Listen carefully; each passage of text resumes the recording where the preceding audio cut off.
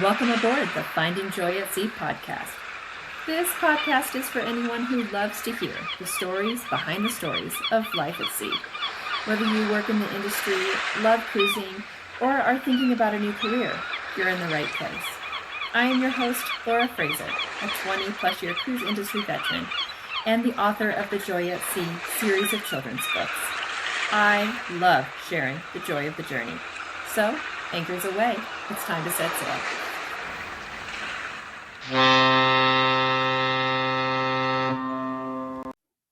Hello, and welcome to the very first episode of Finding Joy at Sea. I am your host, Laura Fraser, and I am so thrilled you have joined us today. Wow, where to even begin? This is just an absolute dream in the making, and I am so excited to have you aboard with us. I want to kind of give you an introduction to the podcast in general in this first episode, what you can expect from future episodes, and just really give you some background into who I am, why I'm doing this, and what I'm so excited about. So, Finding Joy at Sea is the culmination of a few decades of work, I actually didn't think I was going to do. And I think that that's the thing with life, right? It surprises us, it takes us on these twists and turns. And I'm just wanting to share what that journey has looked like for me, as well as what that journey has looked like for so many others. This first episode, you're going to get to spend time with just me, get to know me. I hope that's entertaining. I'll try my best for sure. But then in future episodes, I am looking to bring on guests that I will interview and talk to them about how they found joy at sea. What did that journey look like for them? Why did they join cruise ships to begin with? And what did that result in today for them? So that's kind of the genesis and the overview of the podcast. I'm going to talk about my story today so that you can kind of get an idea of some of the questions and some of the things I'm going to be asking people along the way. In addition, we're going to be covering the new books as they're released in the Joy at Sea series of books. And that has also just been such a joyful project for me to work on. Something that I think will really resonate with kids and adults alike.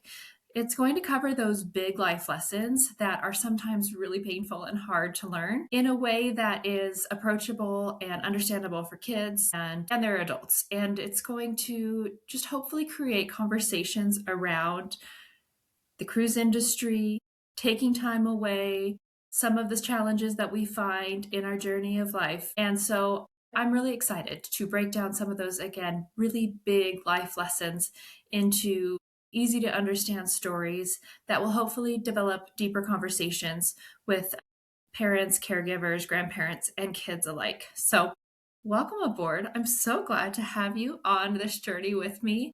I can't thank you enough for just giving me some of your time and attention in listening to this first episode and being with me as I learn this new world.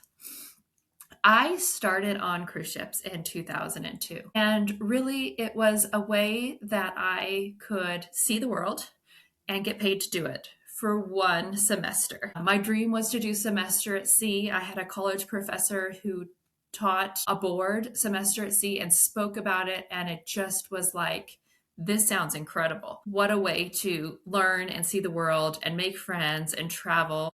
And it just sounded like the ultimate college experience. Unfortunately, that ultimate college experience came with a price tag that I couldn't afford at that time. And so I was looking for a way to have a similar experience, get to travel, get to expand my horizons. I had never really traveled internationally until the year 2000 when I did a semester in Paris. So my eyes were opened, but I wanted so much more. And I really wanted that opportunity to just become, an adult who learned to travel, even though I was in my young 20s. And so I heard about this opportunity from a cousin of mine, actually, who was working on ships at the time. And she would send these amazing emails home about all the different places she had gone. She was on a world cruise contract, and I just was like, this sounds like the perfect opportunity for me. So I made a really beautiful resume and sent it away to all the different companies that I had heard about. And these were in the days of mail, right? Like I physically mailed photographs and resumes and cover letters and sent them on. and was hoping for the best. All the while I was still going to school and continuing on in college. But I was really hoping that I would get that call and go. And I did hear pretty quickly from one company, and I had an interview, and I was offered a 3 and 4 day ship out of Los Angeles. Now, I am born and raised in Southern California, and was not looking for a 3 and 4 day ship out of LA. I thought, one, I'm going to get homesick. Two, I'm not going to really get to see anything new. And that was the whole point of why I was doing this. And there's so many reasons for people to go work on cruise ships, like hundreds of reasons. And we'll cover that a lot on the podcast. But for me, my primary objective, it wasn't money. It wasn't a job. It wasn't anything other than I want to see the world. So when I told this to the recruiter, that I'm actually looking for a world itinerary in a very young and naive way, she informed me that I'll never have a job in the cruise industry if I'm not willing to take this contract. And I thought, well, if that's the fate, well, then that's okay. I'll continue on my life in one way or another. I'm going to get to travel. And I felt a little bit disappointed by that conversation. I felt like it should have, just been a consideration. I was so young. It's maybe a little bit entitled. I don't know, but really I knew what my goals were, and I don't think that that's a bad thing. And so I continued on. I enrolled in another semester of school and just waited for maybe something to happen and maybe not, and continued to just live the life that I was living, and living a fabulous life. I wasn't upset in the waiting, but I was definitely disappointed in that first interview not turning into at least a second interview, or, hey, if you do this contract, maybe the next contract we can look at something else for you. And then one day out of the view, I got a call that changed your life. And I've noticed now that I'm in my mid-40s that your life can change little by little, gradually, or it can change all at once. And this was one of those all at once times. And I got a call from a recruiter with Crystal Cruises, and she said that she had had my resume on her desk for 8 months, and she looked at it every day because it was so beautiful. And I couldn't believe it. I had sent these resumes and I thought nobody cared. Nobody looked at them. Like nobody was going to call me. I had created this whole story in my head, and it showed me that, you could be living your life in one path, and somebody completely outside of your view or knowledge or understanding can be thinking about you and considering you and looking for something for you, even without your knowledge. And that just seemed so incredible to me. And so she called and she said that, my resume had really stood out. I had used a graphic designer to help me design it, and it was printed on clear turquoise vellum, and it had a beautiful silver sparkly background that really just, I wanted it to look very high end. And I think it came out really good for that time, right? Looking back at it now, I probably would change a few things, but really, I didn't want it to be on white paper. I thought it might stand out if it was something different. And sure enough, it had. And so it had been on her desk for several months by this time. And because it was such a great company to work for, they really didn't have a lot of openings. It took a while for somebody to actually leave that cruise line and working on board. And so she had said, she had kept me in mind, and a position had opened, and was I available for an interview? And because I was from Orange County and they were located in Los Angeles, I was actually able to do that interview in person up in LA. And it went, really, it felt like it went really well. I was connecting nicely with the team and felt like this, this could be a really good fit. And a few days later, I was offered a contract, and very quickly flying down to Costa Rica to join my first ever cruise ship, the Crystal Harmony.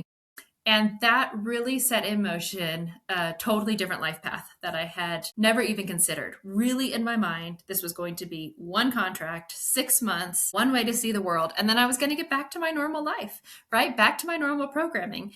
And what happened was something very different. Here, 2 decades later, I'm still working in this industry that I know and love, and just never really got over that first love. So that's a little bit of my journey of how I started on ships. And, but like anything in life, you have rough waters, even though you want calm seas. And when I signed on, everyone was telling me how lucky I was because I wasn't going to have a roommate for that first cruise. There was an empty bunk in my cabin, and I got to have my own cabin for that first 14-day voyage.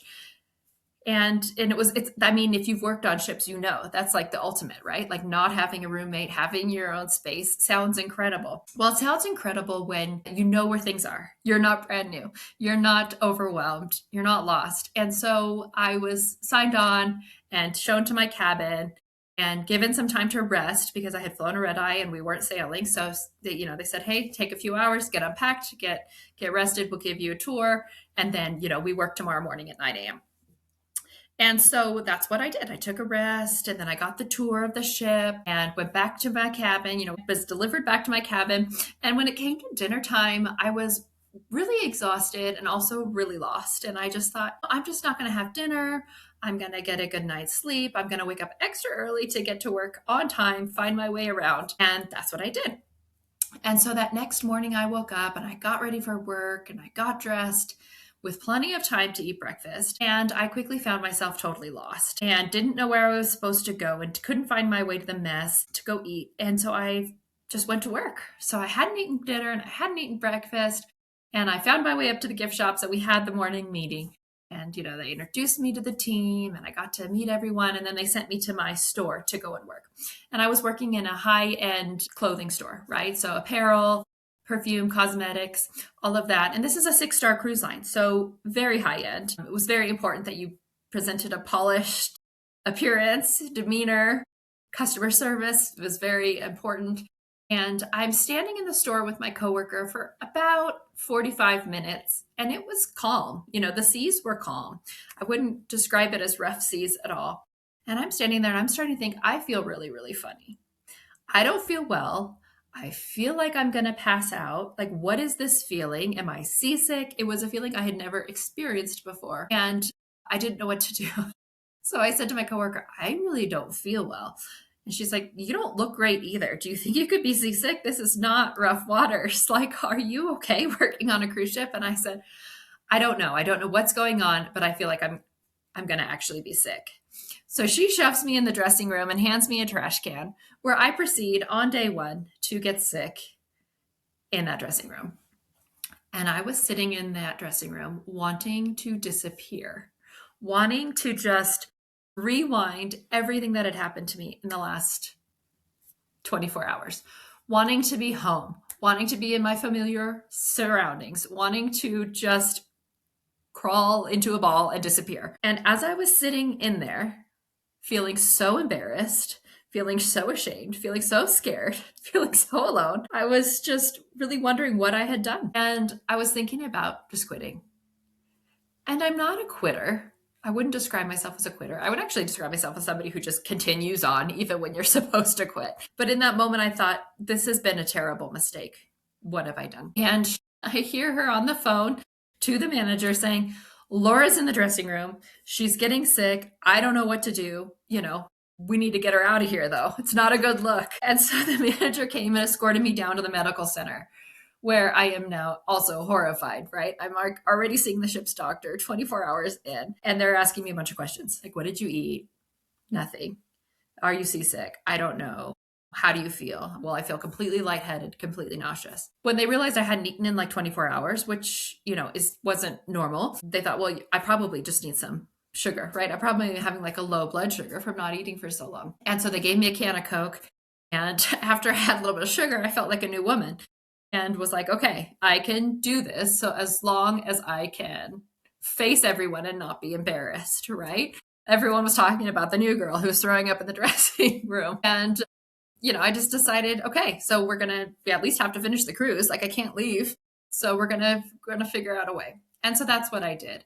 And in that moment, I didn't realize that it was going to be such an important decision to stick it out and to not be embarrassed. And it took actually years for me to realize that could have all been avoided by just asking for help.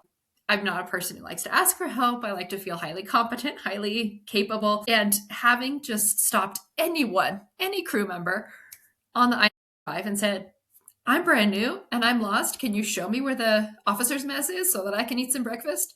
All of that would have been avoided. All of that embarrassment would have been avoided. And it only would have taken me a little bit of humility to say, hey, I need help. And so that's actually one of the things that is inspired the second book that's going to be coming out in early 2027. And it's about, yeah, knowing when it's okay to ask for help and to not be embarrassed because everyone needs help sometimes.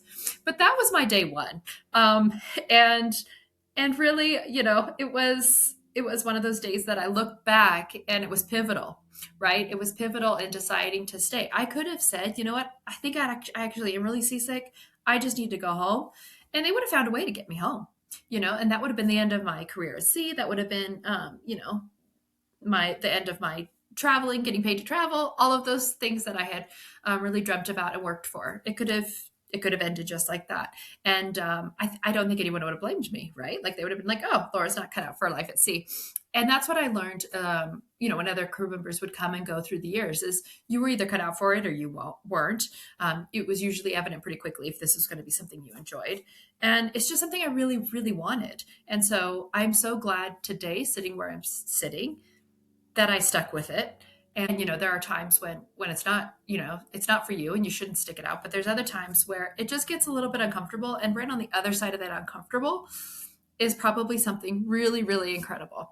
And so that's actually a story I would share a lot as my career developed and I would train brand new crew members to cruise ships. That was the story, that I would stand up as this corporate woman, right, in my suit and all polished. I would tell the story of throwing up in the dressing room and wanting to absolutely disappear. Because at the end of the day, we're all human, right? None of us are able to not have those types of human experiences that humble us, that show us that we need help along the way and point us in that direction. And so that was my day one. That was my introduction to cruise ships. And what quickly followed was incredible memories, incredible fellow crew members, incredible destinations, incredible guests that I got to interact with. Just really my eyes and my world being expanded and opened in ways I never expected. I was working in the gift shops, like I mentioned, and that was a great place to work if you wanted to be able to see ports, right? Duty free is closed in port. And so in those days, it was a great way to be able to have your time off in port, to get to see the world. And it was just something I will never forget. And starting with such an incredible cruise line, a 6-star cruise line, was a gift in and of itself. It really set my path forward to when I worked on other lines, other ships, having that amazing customer service in mind, being able to always deliver such an exceptional experience for guests on board. That was something that I loved doing on land and loved even more on ships. And the things that I learned in that first and second contract, really did stick with me throughout actually my entire professional career, shoreside and on board. So that's my day one story. And what you'll see in the podcast is I think I'm pretty real in telling the good, the bad, and the ugly. And that was good. That was bad and probably a little bit ugly, but ultimately led to incredible life lessons that I like to share with people when they're just starting out, right? It's okay to be new. It's okay to need help. It's okay to say, I don't know where I'm going. Can you direct me? And those questions and those things seemed so overwhelming to a 22-year-old Laura. So overwhelming. And I wish if I could go back in time, which I can't, I would tell her like, hey, it's okay. So that's kind of my day one. Now, what ultimately happened was I stayed on board and I met some not loves of my life. And then I ultimately met the love of my life and went on to work for other departments on ships. And we're going to get into that as we continue to go. But ultimately left cruise ships being on board in 2005.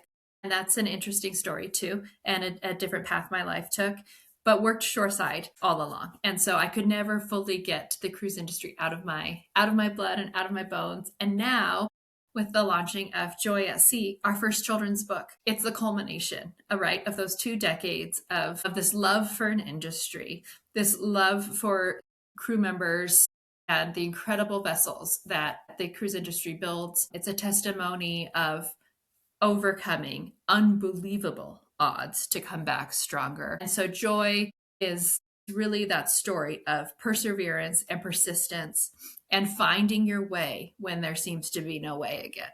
So I'm really excited to release the book in the next couple of weeks.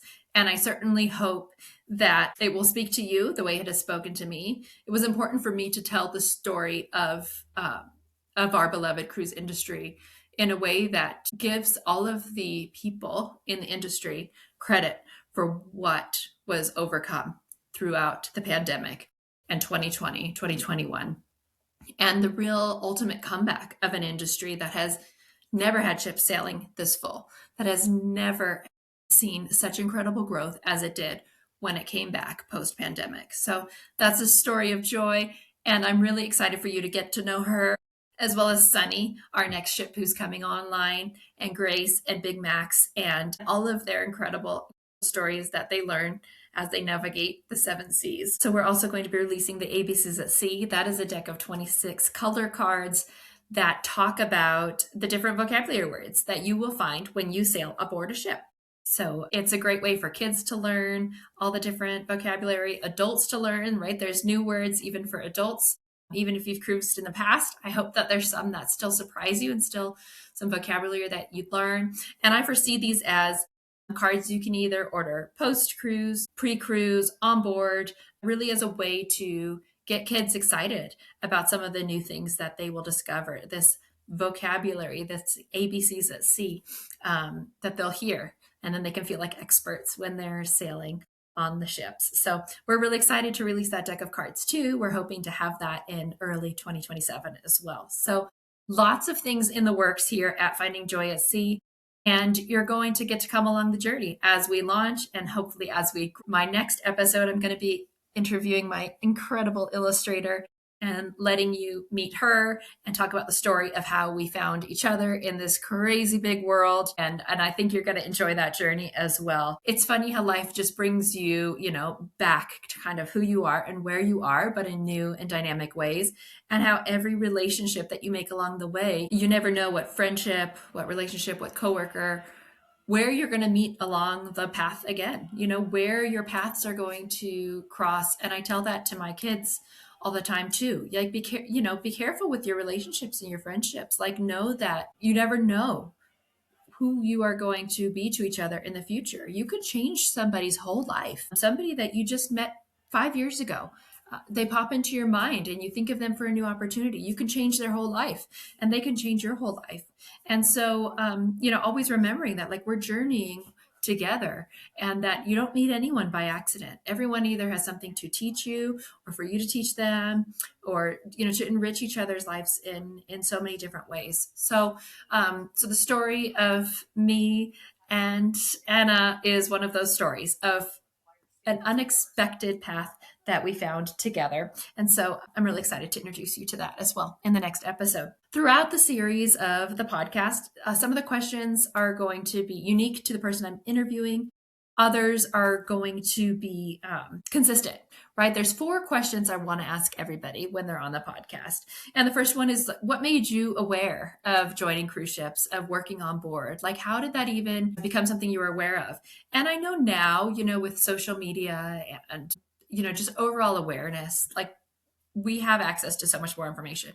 But back when I started on ships, I mean, it was not something you heard a lot of people doing. It was definitely something that you kind of had to seek out that information. I remember I had to write a check and a letter to buy a book that was mailed to me that talked about the different companies you could get hired by on cruise ships, and like the address of the cruise lines, and the HR departments of different vendors on board. Like, it was a physical book. And I think a lot of other people that I interviewed that kind of started in the early 2000s probably ordered the same book. And maybe I'll see if I can dig it out. I probably kept it as a memory, but it was different then. It was kind of by chance that I heard about it, through having an amazing professor in college, and then my cousin who had also gone and worked on board in the spa. So for me, it was kind of by chance that I heard about it and thought about it, and kind of my mind was opened. But so that is going to be one of the first questions I ask is, how did you hear about this opportunity? What made you think that this would be a good opportunity for you? The next question I'm going to ask is something that I feel like a lot of people would want to know, is describe your perfect port day. Like, is it a specific port of call? Is it a specific thing that you would do in port? And kind of what does that look like for us? Like, walk me through your favorite port day. The next question I'm going to ask is, what did you do first on board ships, and what do you do now? Because very few of us end up where we started on board. I started in the gift shops. I then became an auctioneer. I worked for an art gallery for almost 20 years and then worked for a fine jewelry company. So, what did that path look like for you? And now I'm an author, right? And a podcast host talking about the cruise industry. So, kind of what did that journey look like for you? Where did you start? What opportunities did you hear about once you were on board? And where are you now? I think that that's really a great way to show people that, where you start isn't where you end. And, taking that first leap of faith in that first job, maybe in the industry, might lead to 2 decades worth of 3 decades, 4 decades worth of work. So that's going to be an important question that I really want to hear what happened with other people. Like I said, for me, it was gift shops. I started in the gift shops as one semester, just a way to see the world. And then, met my husband and went to work for Park West, which was the art vendor on board the ships, and really enjoyed that. Really enjoyed becoming an art auctioneer. I was an art history major in college, so it just fit just right.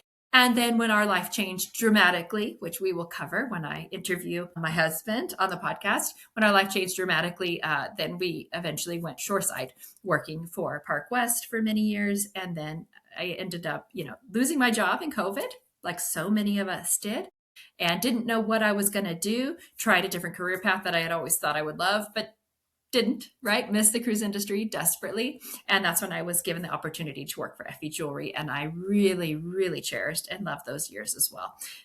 That kind of opened the door in my mind to an incredible story of joy and resilience in the industry. It was kind of that a very cathartic way, right? To look back at the things that so many of us lost in those years and ultimately the way we all came back stronger. And certainly the cruise industry was one of those industries that came back stronger than ever. And then the last question I'm going to ask everybody is, what is something that you learned about your culture or another culture that surprised you?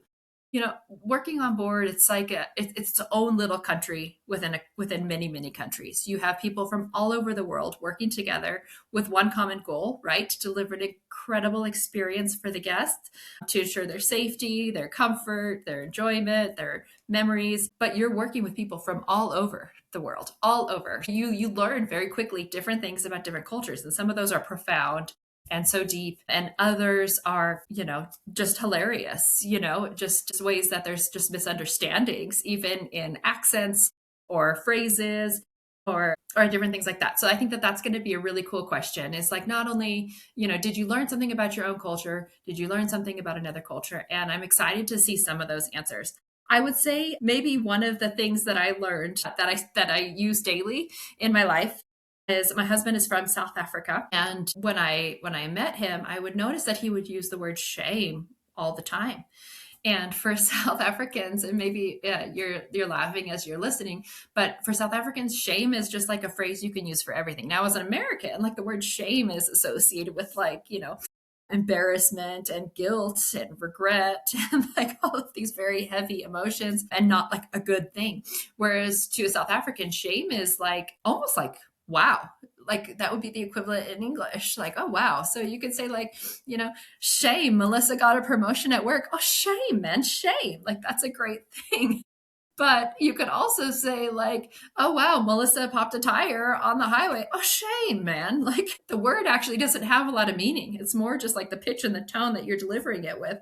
And so that for me was one funny thing I learned about South Africans. And then, in working with them in other capacities, then going forward, I could always impress them with my understanding of shame.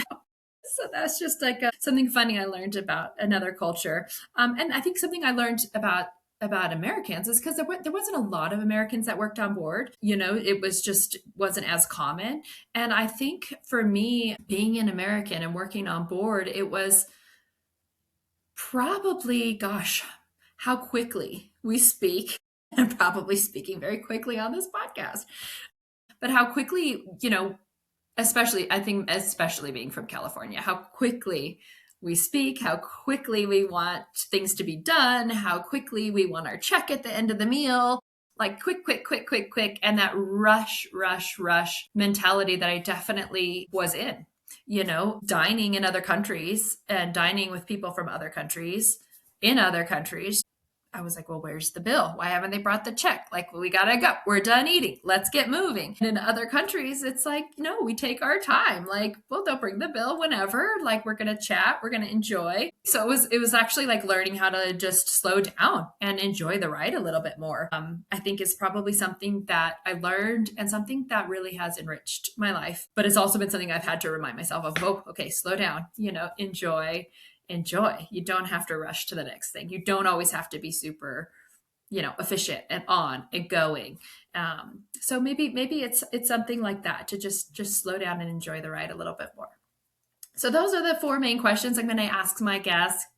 And I'm excited to interview people from all different walks of life, all different jobs on board, all different jobs on land, and really just give you a behind the scenes view of what it looks like to work on a ship, whether that's for one contract or 10 contracts or 1 year or 5 years or 50 years. What does that journey look like? And maybe it'll open your eyes to not only what the crew members' stories are, but what the opportunities are in this industry. If there is a job for it on land, there's probably a job for it in the cruise industry. And if you're willing to learn and to grow and to go outside of your comfort zone, there's probably something really incredible waiting for you here. So that's the story of finding joy at sea. It's my hope that I will be able to illuminate the ways that people were able to find joy in their journey through the cruise industry. And I'm really excited to have you on board.